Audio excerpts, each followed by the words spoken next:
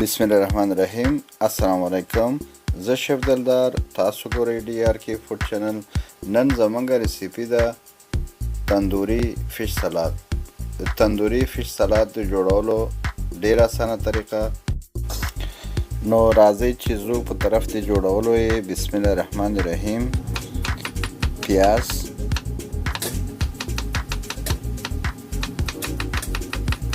دغسې نري نري به یې پرې کړئ. رومي، بادرنګ، شنه مرچ،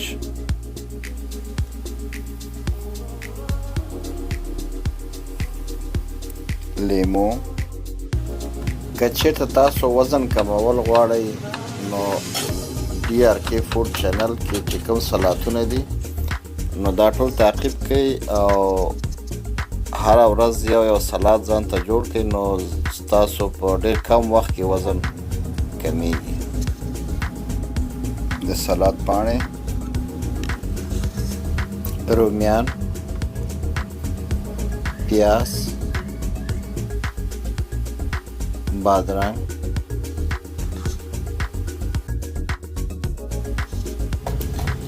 پیاز، رومي، بادرنګ دا چې کوم پاتې دي دا به واړه واړه پرې کړئ.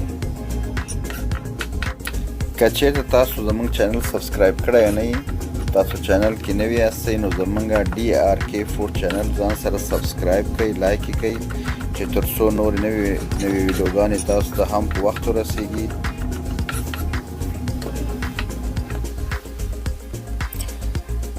شنه زیتون،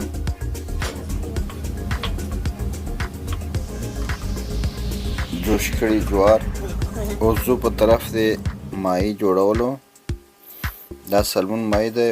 اوږه 2 قاشقې د غذا، مالګه 1 قاشق د چای، تور مرچ 1 قاشق د چای، سویا ساس 2 قاشقې د چای، د لیمو به 2 قاشقې د غذا، زیتون غوړي 2 قاشقې. دا به ښه مکس کړئ او تنور کې به یې موږ د 5 یا 6 دقیقو دپاره سر بند کړو.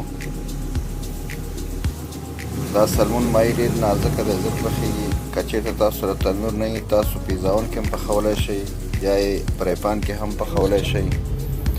تور مرچ 1 قاشقه، چاټ مساله 1 قاشقه، مالګه 1 قاشقه، زیتون غوړي 1 قاشقه، د لیمو اوبه 2 قاشقې. دا به ښه مکس کړئ. نیم کاهو، دا به کومه مکس سلاته چې وه ټول شیان هم واړه واړه پرې کړي وو هغه به په سر باندې واچوئ. دغسې دا به ښه جوړ کړئ او شنه مرچ، لیمو